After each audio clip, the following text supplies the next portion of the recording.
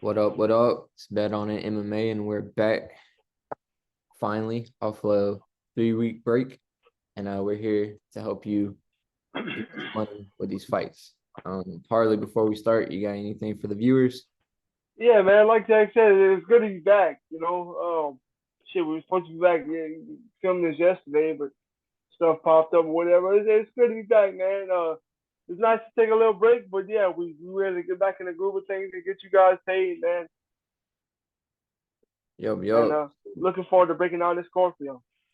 We're gonna get right into it, guys. We're not gonna waste any time. First one we got is Priscilla versus Sorge. 125 fight. We got Priscilla 12-4, Sorge 7-7. What's your breakdown for this fight? I'm going with Priscilla by decision. Eubanks is tough. She's tough. She's durable. But Priscilla's power and her stand up is going to be the difference for me. If you look at it, Eubanks has had cardio issues in the past. Also, really tough weight cuts. She's the older fighter as well.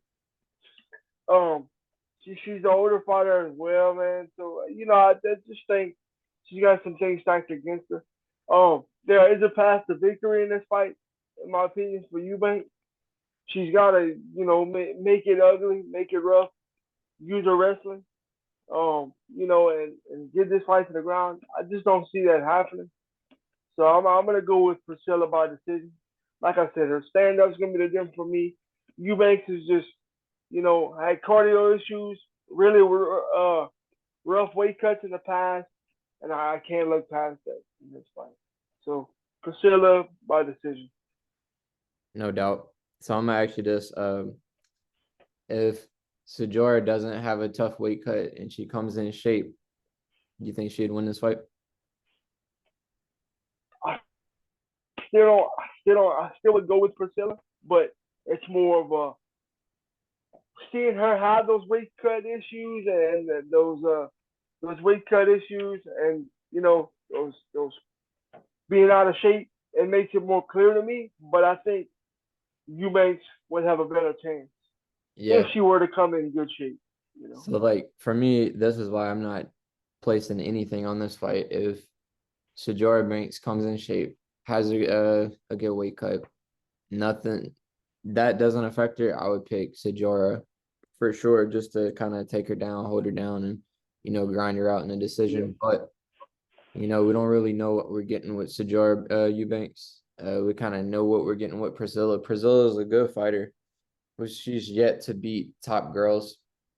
Her last fight was impressive, but you're still losing to girls like Gillian Robertson, who is, Mhm. not to call it a gatekeeper, but she's kind of been, kind of guarding girls from getting into the rankings. And I think Sajora could be a girl, she could have been, but this is a chance to redeem herself. But I'm gonna go with the safer pick, going with Priscilla, knowing what we're gonna get out of her. But it won't surprise me at all if Sajora Eubanks kind of out wrestles her for 3 rounds. Yeah, yeah. And I'm gonna go way back for a minute. I don't mean to get off topic, but you go back and you watch Joy Eubanks. She's an ultimate fighter alone. And when she was on the show, I thought, man, that girl's got real potential. She did. But e- everything we've talked about, in this fight being a kryptonite, same thing on the Ultimate Fighter. She had to cut her hair to make weight on Ultimate Fighter. She was just sunken in. She was had nothing left to her, man. So it's been that's not a recent, but that's been happening for you, man. Right. And to me, if she hadn't figured it out now, she never will. Yeah. And she is getting older. She's 37 now. So Yeah, you got one girl coming up and you got one girl coming down. yeah. I think we're both coming with the safer pick here, but But definitely don't I sleep on wouldn't forget his Sajora. pick. Yeah, don't All right. sleep on Sajora though. Moving on to the second fight, we have 125 fight. We got Jimmy Flick coming back, facing off with Charles Johnson making a quick return.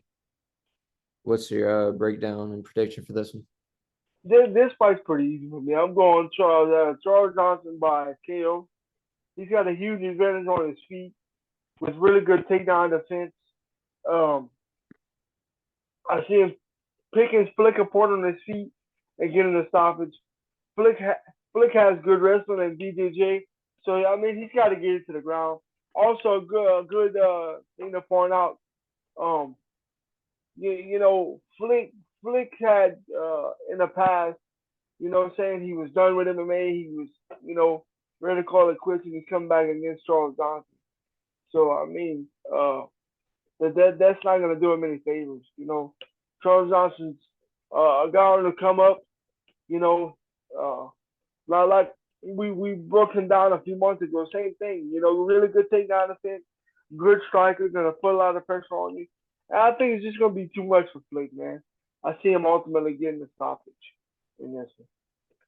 Yeah, Charles Johnson, his last two fights, I mean, every fight he's been in the UFC has been against top wrestlers, not just, guys who wrestled in high school or whatever, international wrestlers. And he's been doing pretty good with it, stuffing takedowns. And, this is ultimately the same fight, just in my opinion, a little bit lower of a level when it comes to wrestling. I think Flick brings in a good submission game that's better than the guys that he's been fighting. But if you can't get it to the ground, then you can't land your submissions. One thing Johnson has to be aware of is, in the clinch, we've seen that Flick throws up like flying triangles, stuff like that. He isn't scared to die for stuff. But I think if Johnson stays on his P's and Q's, he'll be all right. And another thing to point out with Flick, I know he said he was retired, but I watched the interview and the guy has been training. He just had a lot of personal stuff going on, but he never stopped training. So I'm not really playing a big factor into that. I think he's going to come in just like he would in any of his other fights. But even with that, I think Johnson still gets the win.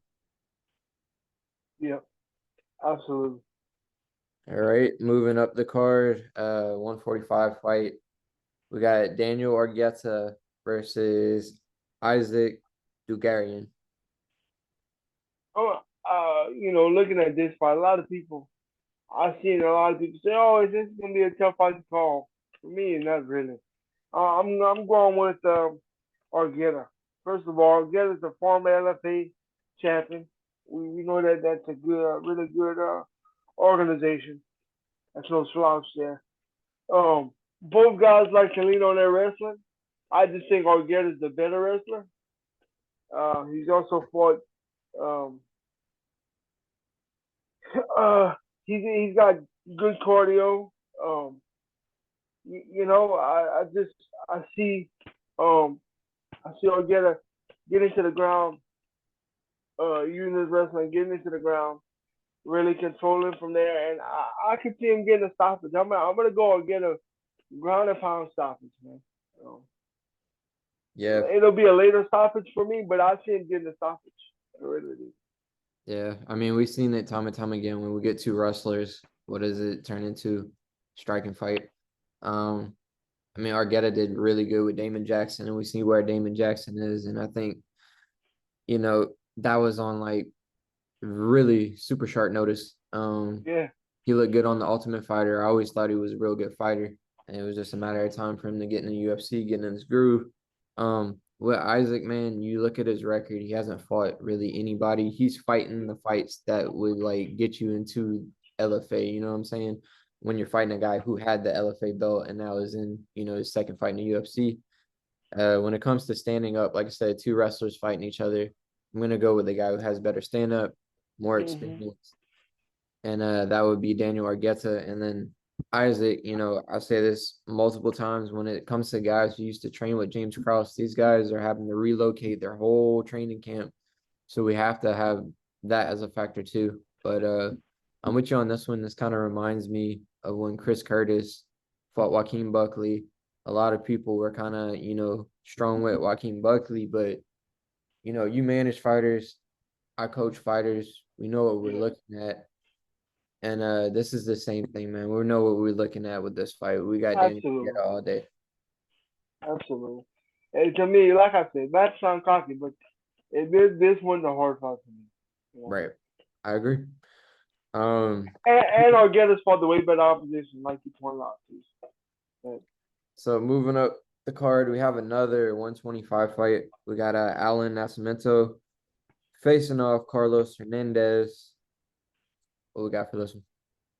I'm going Allan Nascimento, man. I think this could be a fun fight, dude. Both guys bring it. They're both fun to watch. But I'm going with Nascimento by decision. I think he's more well-rounded. His round game will be the difference for me in this fight. But I could see some fun striking exchange in this fight, man. Uh, like I said, um, I'm gonna go with Nascimento. I think he's more well-rounded. He's got the better ground game, but fun striking exchanges. I think he'll do well on his feet too. I just see Nascimento being the better all around and winning the decision in this fight. Yeah, man. I really didn't know who Nascimento was till a couple months back when I was looking up Jake Hadley's fights, and Yeah, and he I was beat like, Jake Hazard, so I was like, Jesus Christ, bro, this dude is for real, for real. And one thing, if you're looking at fights, guys, and you see a Brazilian with blonde hair, white hair, whatever it is, you know what I'm saying? Don't bet against them guys, man. They coming straight from shoot box. They coming straight from shoot box. You know what I'm saying? They coming with it nonstop pressure. And when I see Nascimento, he's coming with the nonstop pressure. That's how he beat Hadley. And I don't see this guy being better than Hadley or bringing nearly, what Hadley brought. And if I'm looking at Carlos's fights, man, he's barely edging out these wins versus guys on losing streaks. So I'm very strong on Nascimento. I think he's gonna eventually get ranked, and he definitely gets the job done. We might see, kind of like a pressure stoppage where Nascimento keep coming, and breaks down Carlos. yeah, I could definitely see that happen. And like you said, shoot a box fighter. And I'm gonna point this out too. If they got pretty teeth with the blonde hair, it's over with. I mean, you could put the icing on the cake with that, man. All I'm But saying is yeah, don't man. bet on it. No, no, yeah. All right. I really like Nascimento on this one. So we're 4 fights deep. We're pretty much on the same page. We're moving up the card. Fifth fight. We got Mateus versus Basharat, 135. Man, I want to say this. Before we started this podcast, one of my favorite shows was Dana White's Contender Series. I never missed an episode. And I saw Mateus on the episode that he fought on. Had a vicious knockout. Was so looking forward to seeing this kid climb up the ladder and progress in his UFC career. I gave him a follow on Instagram. Saw that he was getting ready for a fight. Then boom, Javid Basharat. And I'm like, man, I hate to pick against him, but they're not doing him any favors with this fight, man. Basharat, his brother's also in the UFC, so he's got a legitimate training partner that he grew up with. Just that in itself as well. I could see this fight being a close punch fight, but I'm going with I'm going with Basharat in this fight. Very entertaining fight. Like I said, I'm a fan of both fighters. I see striking heavy matchup with both guys having their moments. But Basharat's already touring on the UFC. Mateus making his UFC debut. That's the difference with me. Both guys well rounded. Fight. Mateus could win, but I can't pick against Basharat in this fight, man. It's too big of a step up for Mateus making his UFC debut, in my opinion. You know. Yeah, I hate to pick against Mateus, but I got to. I'm gonna say this again, man. When it comes to guys coming out the Shoebox Academy, don't bet on it. And this is one fight I'm staying 4 away from. The only thing I would say maybe safe to play. I don't even know if it's safe to play, but the fight doesn't go to distance because these guys, they bring pressure, but it's different kind of pressure. Basharat's gonna slide in and out, make you miss, and when he sees that opening, he's gonna take it. Mateus, bro, is coming nonstop pressure. Like you said, like Mateus can definitely win this fight. Like I could definitely see him winning the fight. Absolutely. But I don't know. I feel like Basharat has more experience fighting at that higher level. And when it's a close fight like this, those are the little things, that could determine the fight. Yeah, So I'm gonna go Basharat, but it won't surprise me if there's an upset in this fight. That's why I'm staying 4 away from it. I agree. Like you said, yeah, and it's gonna be a striking handed matchup. Both guys are gonna have their moments. So I mean, look, and you don't know what you're gonna get from a kid. He might go out there and he might fight his ass off, or he might freeze up a little bit, making his UFC debut. You just never know. Right. We'll see. All right. Moving up the card, we have 155 fight. We got Rębecki fighting Nick Fiore. Fiore's taking this on super short notice. What we got for this fight? Both guys really good grapplers, but I'm going with Rębecki by decision. I think he's just I think he's more seasoned. Also for much better opposition. Um, and through Fury just he really has fought in his body, man. Nobody that really pushed him at all. So I'm just again pretty easy pick for me. I'm going with Rębecki by decision. I would have said submission, but Fury, however you say his last name, he's also got good BJJ, so I think it's going to kind of cancel each other out. So that's why I don't think he'll get a stoppage. But I see Rębecki winning his fight and having his way for the most part. Right. And if you ever see a fight on short notice and you see a guy who's 6-0 who hasn't fought anybody yet, and you're wondering like how the hell did he get this matchup? It's because nobody wanted to fight Rębecki. No, that's a tough fight. If you look at his record, he's beaten guys that, you know what I'm saying, you're probably gonna see in the UFC in 6 months to 2 years. He's fought great opposition. He's a very tough debut fight, or even if you have fights in the UFC, he's a very tough fight. And I think Rębecki kind of gets Fiore out of there, standing up. Another fight where, you got two wrestlers or two grapplers. The guy with better stand up is probably going to get the finisher, especially on short notice. Yeah, I agree. It's just, and you look at Fury's resume, he hasn't fought anybody at all. No. I'm not trying to bash the guy. It takes a lot of nuts to get in there. There's occasionally anybody. But our job here is to call a spade, call it like we see it, and until Fury can prove me otherwise, I'm going with Rębecki. All right, next fight we got Abdul Razak Alhassan versus Claudio Ribeiro. What we have on this one? I'm gonna tell you, I have my winner for this fight, but well, I'm gonna say this. I'm gonna do my little intro first. Both guys have really good power. Ribeiro making his UFC debut. Hassan is a judo black belt. With good grappling as well. He's got to use that if he wants to win. His judo and his grappling. I'm gonna go with Roberto, the young and coming up and fighter in this fight. Probably to get a stoppage. But man, the more I look at this fight, Alhassan, he's been up and down, up and down, up and down. He's not consistent at all. But man, he's a veteran. He's a veteran. He's powerful. He don't use it a lot, but he's a judo black belt, so he's got tools in his arsenal. You get what I'm saying? He's got tools in his arsenal.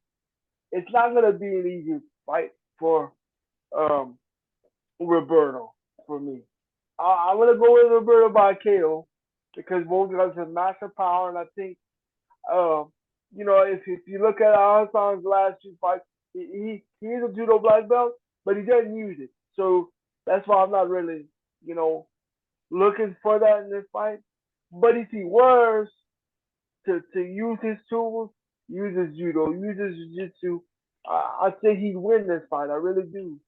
But he hadn't used it really at all, so I can't, I can't give him the edge with that because I don't think he'll use it. But if he does, it could get really interesting.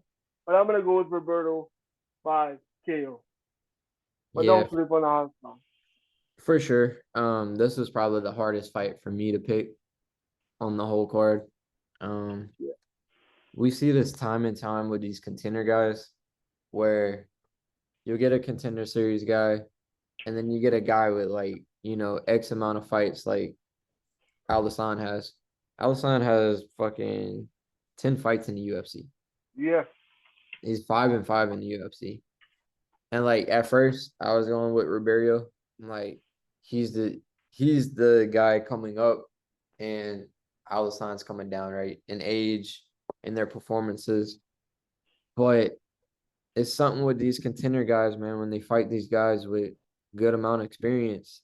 We seen it not too long ago with TJ Brown. You know what I'm saying? When he fought old boy coming from the contender series, the experience kind of paid off. And I'm hearing everything you're saying. I'm not disagreeing with it, but I'm just going. I think you're going with the guy who's on the rise. I'm gonna pick the experience, but Oh yeah. I'm And definitely gonna stay away from this fight because it's like I said, this was the toughest fight for me to pick. But I definitely see what you're saying. I'm just going with the experience on this one. I can't disregard 10 UFC fights, especially when he's beat guys like Nico Price. He's beat guys. He had a split decision versus Joaquin Buckley. You know what I'm saying? Like it's hard to uh, pick. 1000%. And honestly, I wanted to go Alhassan. Yeah. Dude, I I could be making a big mistake right here And I because could too. You know what I'm saying? This is one of them fights it's up in the air. I mean, even the odds have it damn near even. So I mean, they got it right on. yeah, I mean, like I said, people are saying, "Oh, he's gonna dominate Alhassan." I don't see him dominating Alhassan. I Right. do just because you say somebody's gonna get knocked out, that doesn't mean they're gonna get dominated. Right. And You like know? just to give you an example, is like, all right, he can hurt Alhassan and he could dominate the fight like that. He just never recovers. Or Alhassan could hurt him and just how Alhassan doesn't use his wrestling, but if he knocks him down and stays on top and wears him out, I mean, there's so many different factors in this fight. And the thing is, Alhassan does have more ways to win this fight. Yeah, he does. He does. I pointed it out. He's got good.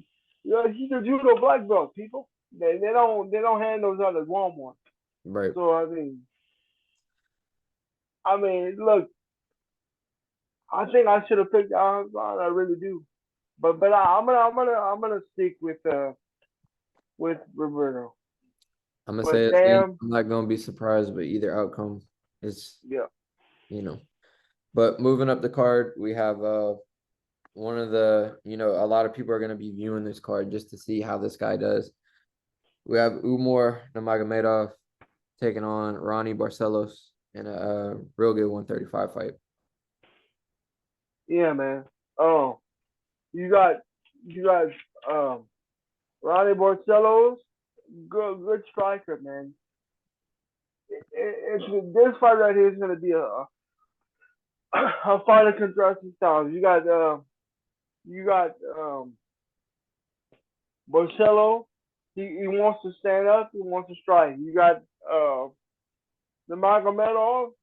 He wants to make the family proud and use that that Dagestani style wrestling. Um, this is definitely the Magomedov toughest test state by far. No doubt about it. Um, I think this could be an interesting fight. I do see the Magomedov win. I see him getting to the ground, control it. I don't see him getting a stoppage. I don't. But I see him winning the decision, getting to the ground, winning the decision. But for the odds to be this big of a margin, I don't agree with that. I think it should be closer uh, as far as the odds go. But like I said, I'm going with Nurmagomedov to do what Nurmagomedov do. Um, use his wrestling and get the decision win. But do not sleep on Barcelos. Very fun striker. A lot of volume. Gonna put pressure on you on the feet, and he's gonna force you to fight. So if he can find a way to keep it on the feet, they'll just take the house and keep it on the feet to get interesting. We'll see. Yeah. Barcelos is a fun guy to watch. He could stand up. In his last fight, he showed his wrestling. But I think this is gonna be a fight where we really see like how good Nurmagomedov is, or if he's overrated. 100%. If he just does what he's been doing to this guy, expect him to fight for a belt in like less than 2 years. If he's kind of struggling, maybe he's not what we thought he was, or maybe he makes those improvements off of this fight. But I think this is a damn near perfect fight for him to really gauge what his career is going to do.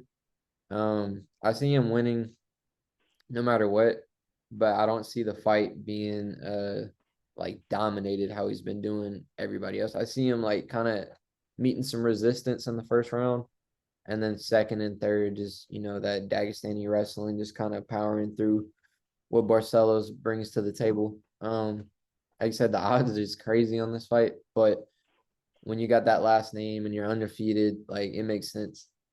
But even then, we really don't know how Yeah. good he is yet. And another thing to factor in, I think 2 days ago, Khabib kind of mentioned he's stepping away from coaching and everything MMA related. He's stepping away. He unfollowed Islam, so I don't know if there's some drama going on in that camp.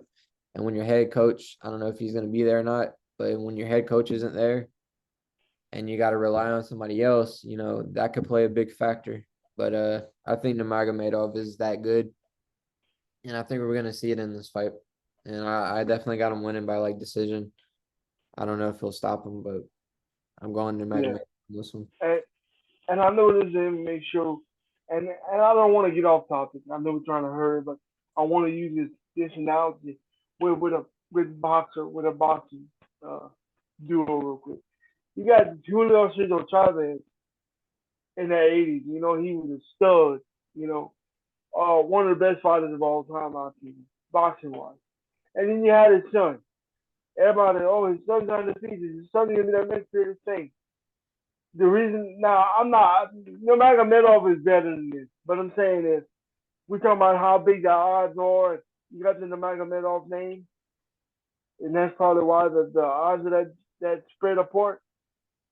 Just because you got a name, you gotta go back it up. Yeah, he's backed it up so far, but this is definitely his biggest test to date. So I don't agree with. I know why they did it, but I don't agree with the odds being this big. But like you said, if he goes and dominates this guy, Barcelo, and say he gets submission victory, or just completely mauls it, then yeah, he's legit. But I'd like to see the odds a little bit closer. But it all works itself out. All right, so moving up the card, we got Ketlen Vieira facing off against Raquel Pennington at 135. What we got on this one? Uh, there was two fights on this card that was tough for me. The uh, the one we just wrote down, and this Raquel Pennington versus Vieira fight right here. But I'm gonna go. I'm gonna stick to my guns and go with Vieira. Um, it's a pick and fight according to the odds. I'm going with Vieira by decision in a very close fight. The fight could go either way. I see her having success on her feet. Um, she's the bigger, stronger fighter with really good judo and jiu-jitsu. Um, she's got to make it ugly and use the size and fit to her advantage to get the fight to the ground. A very competitive fight right here. I give the slight edge to Vieira, but do not sleep on Raquel Pennington.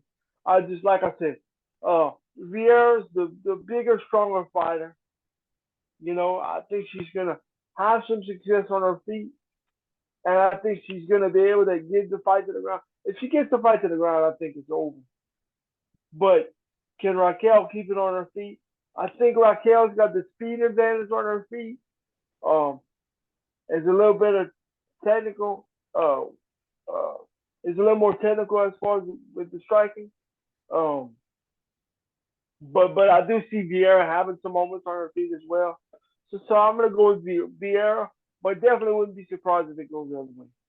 But Vieira, the bigger, stronger fighter, that's the difference for me, really. You know? Yeah.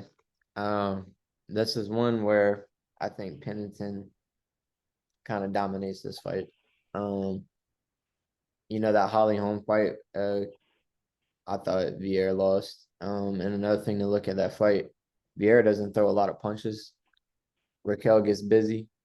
You look at the clinch work, Raquel gets busy. You look at Raquel's takedown defense lately, pretty goddamn good.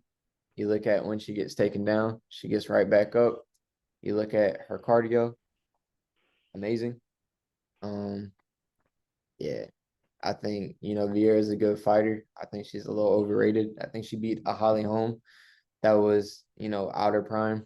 I think she's lost some fights that, like, what I'm saying, Raquel Pennington fights them girls. She's, getting them out of there.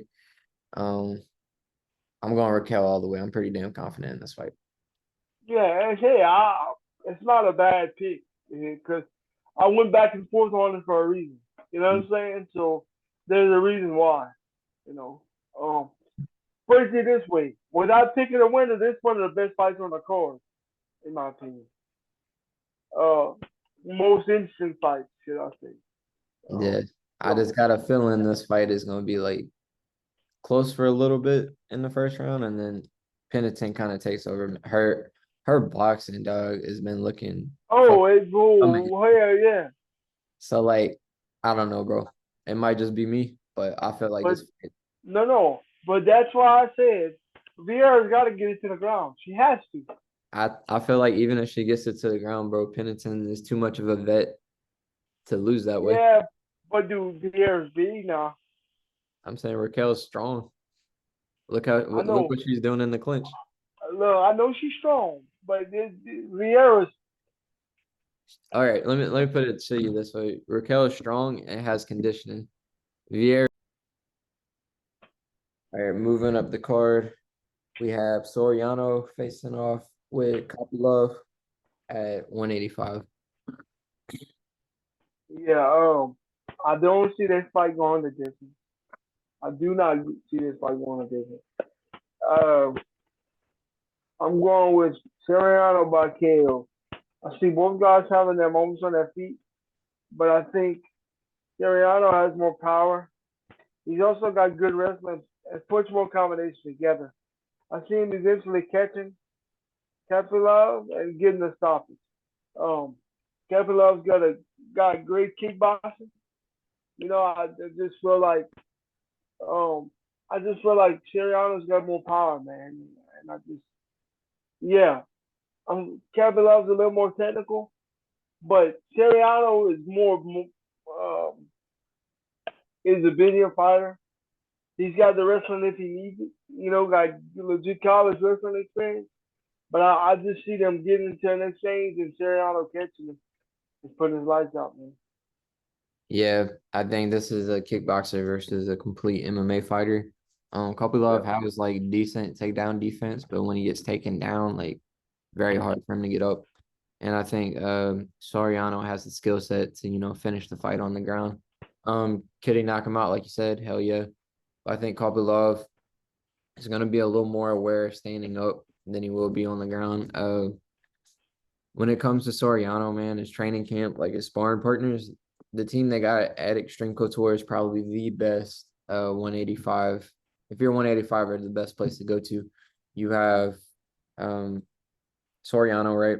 You have Sean Strickland, you have Chris Curtis, you got Shabazian, and you guys like Kamzat and Darren Till coming in and out of that place, man. You're facing the best. You know what? If you're Soriano, you might be, a guy kind of getting the better of every round, but you're getting better every day over there. And I think he's really going to show how good he is in this fight. And he can do it all, but I see him utilizing his skill set, getting the fight to the ground, and really being a complete MMA fighter in this, and taking the W. Yeah, I see that as well because, like you said, Soriano's more complete. He's got the wrestling. I just see him catching Kopylov, but I mean, hey, if he grinds out a decision, it wouldn't surprise me either. Right, right. All right, moving up the card, we have co-main event action: Dan Ige versus Damon Jackson. Um, tough, tough fight right here, man. But I'm leaning towards Damon Jackson. Um, Ige is really good. He almost beat Josh Emmett. And honestly, he had a legitimate chance to beat Josh Emmett. We all know how good Josh Emmett is. I just see um Damon Damon's grappling being a difference. I see him getting to the ground, um using his grappling and winning the decision. But if EA can keep it on his feet, work behind his jab, keep his distance, keep the fight at his range, he can definitely win. I just think Damon's grappling is gonna be the difference in this fight for me. Yeah, when I look at each guy's losses, when Ige usually loses to a wrestler, when Jackson usually loses is to a striker. So it's a close fight. But I feel like Ige has faced better competition. Um, he's fought and did better with wrestlers, rather Damon Jackson fighting guys like strikers who have, decent takedown defense. And I think Ige kind of, and another thing I will point out is Damon Jackson does slow down towards the end of the fight. We've seen that with Daniel Argueta, who is really a 135er. Yeah, And, you know what I'm saying, took it on short notice. I feel like Ige is too much of a vet, fought better competition, and knows how to fight this fight. It's one thing if Ige gets taken down, he doesn't lose the fight. He can get back up, or he has X amount of time to get back up. It's another thing if Ige catches Jackson and he gets knocked out. You know what I'm saying? So yeah, I feel like Ige gets a TKO in this one. yeah. We'll see. I'm going with yes, Yeah, but yeah, I can see that. no doubt. So we got main event action. We got Sean Strickland taking this on yesterday. He actually took this fight because Gastelum had to pull out versus Nassourdine Imavov. You want me to go first, or you want to go first? I can go first. I'm gonna go with Imavov in this fight, man. Um, I, you know, um, if Strickland had a full camp, I'm not saying I'd go against Imavov, but it'd be really interesting for me, really, really interesting. But you got a 5 round fight. He's took it on less than a week's notice. You know, um, he if you he's obviously he hadn't been in the gym. That's obvious. He wrecked his motorbike the other day. So so he's been having fun on his bike, you know. But in all seriousness, um, I don't see Strickland having enough time to prepare for a guy like Imavov, man. Imavov is a striker. He wants to strike first, but he's got good wrestling as well, man. And we know that Strickland has really good takedown defense. We know that, and I know that as well. It's just when you're taking a fight on less than a week's notice, and they had him also to fight at 205 because obviously um, Strickland didn't have enough time to make the 185 limit. That goes to show you that he wasn't prepared. And I mean, I don't blame him. The guy wasn't supposed to fight. But all those factors, he wouldn't. He really hadn't been in the gym. Um, Imavov is a good striker. Strickland's a good striker as well, but he also can lean on his wrestling. It's gonna be a 5 round fight. So if it does go longer, I just see him wearing Strickland down, man. Strickland normally has good cardio, but I don't think he'll be able to have that good cardio taking this fight on such short notice. I just see Imavov overwhelming him, and honestly, I see Imavov getting a late stoppage. I'm gonna go 4th round stoppage for Imavov, man. No Not doubt. enough time for Strickland to prepare. All right. You about to call me a car salesman, bro. I'm about to Go sell for you it. on this fight, bro. All right, so look. I don't know if I wouldn't have watched this podcast. I wouldn't even know if I'd be picking Strickland, you feel me? But when Strickland was getting ready for Cannonier, my thoughts on Strickland was he's just a guy who goes in the gym and just fucks everybody up.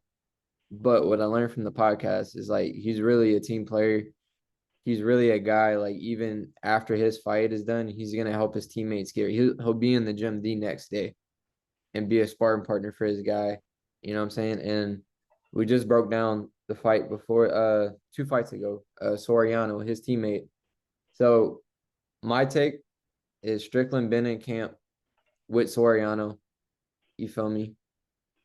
He ain't gonna cut weight on 1 week's notice. So they playing it smart by going to 205. So he ain't got to do a weight cut. He just came off of a 5-round fight with Cannonier that was goddamn close, and Cannonier could be like 1 fight away from fighting for the belt. You feel me? Don't do it, Jack. Listen, bro. Don't do it. Listen. Let me talk. I let you talk, bro. Let me talk. Imavov in a 5-round fight, his 3rd round and half the 2nd round versus Joaquin Buckley. Buckley was bringing that pressure. And you could see Imavov starting to slow down tremendously, bro. To the point to where after the fight, he couldn't even walk, bro. Taking deep breaths. You feel me? So Joaquin Buckley is uncontrolled pressure. He doesn't know how to control it yet. Strickland is super calm pressure walking you forward to the point where he's talking shit. You feel me? I feel like Strickland either gets a late stoppage because old boy is exhausted, or he wins a decision. If the fight list, okay, I'm gonna say this. If this fight was the one originally scheduled, I'd say hell yeah, I agree with you. I do. But it's just you understand what I'm saying? Am I No, making sense?